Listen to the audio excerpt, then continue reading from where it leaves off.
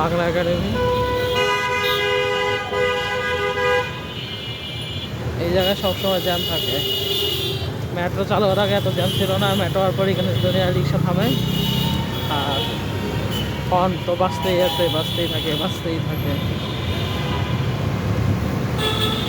ভালো থাকবেন, আল্লাহ হাফেজ।